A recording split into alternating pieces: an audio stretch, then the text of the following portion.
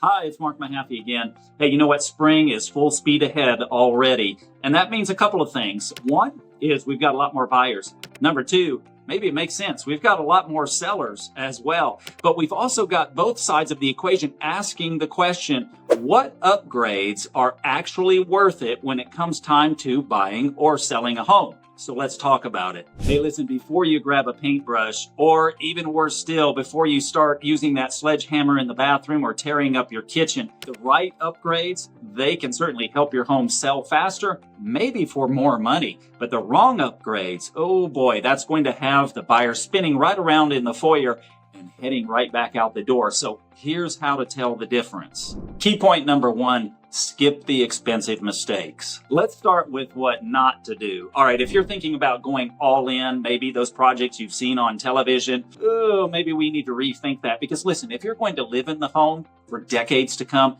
great. Do those projects because you'll enjoy those for yourself. But listen, don't expect to make a lot of money off of those because the latest cost versus value report tells us that, well, typically you'll get dimes on the dollar. In fact, specifically about 36 cents on every dollar. You know what that means? You're losing money on all those projects that you do, right? So let's kind of avoid those major items. Let's just get the home in the condition where it will sell for the most money as possible. Now, another thing to keep in mind is those half-done projects. Hey, I know you start those with the best of intentions and you think, well, at least they can see where I'm going. No, they don't. All they think of, meaning buyers, is, wow, that's all that much more work that I actually have to do.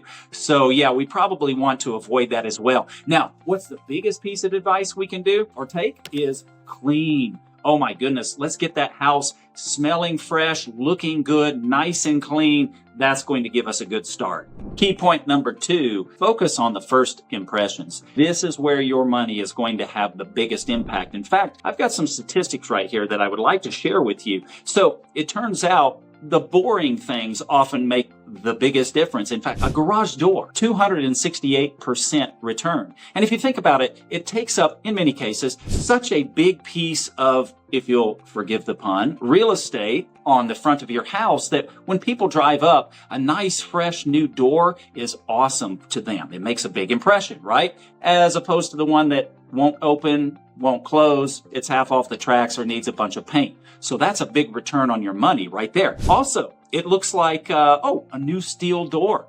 216% return on your money. Okay, maybe that's something worth thinking about. Veneer finishes, 208%.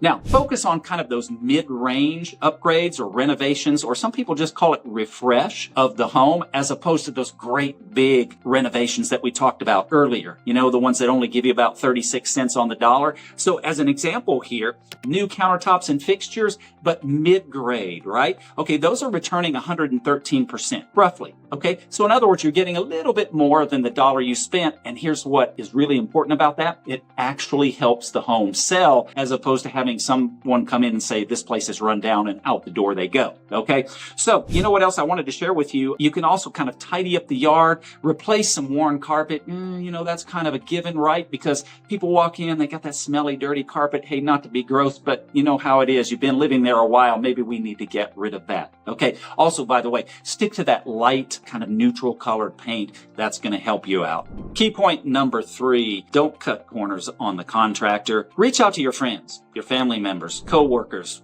whomever, just someone that's had some recent work done and a good experience with their contractor. So maybe try to get yourself at least 2, maybe 3 recommendations.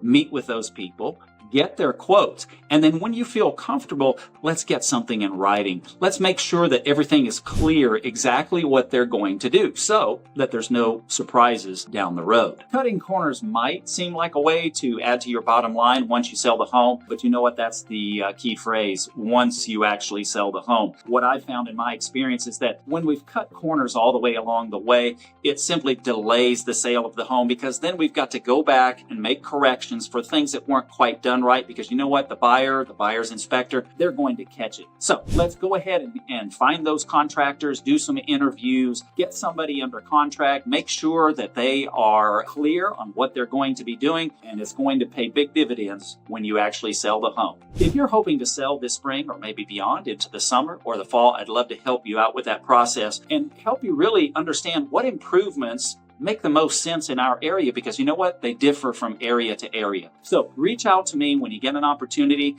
We'll actually sit down and have a conversation with what makes sense for you, and we'll make sure we get the ball rolling and get you on your way to whatever your particular goal may be.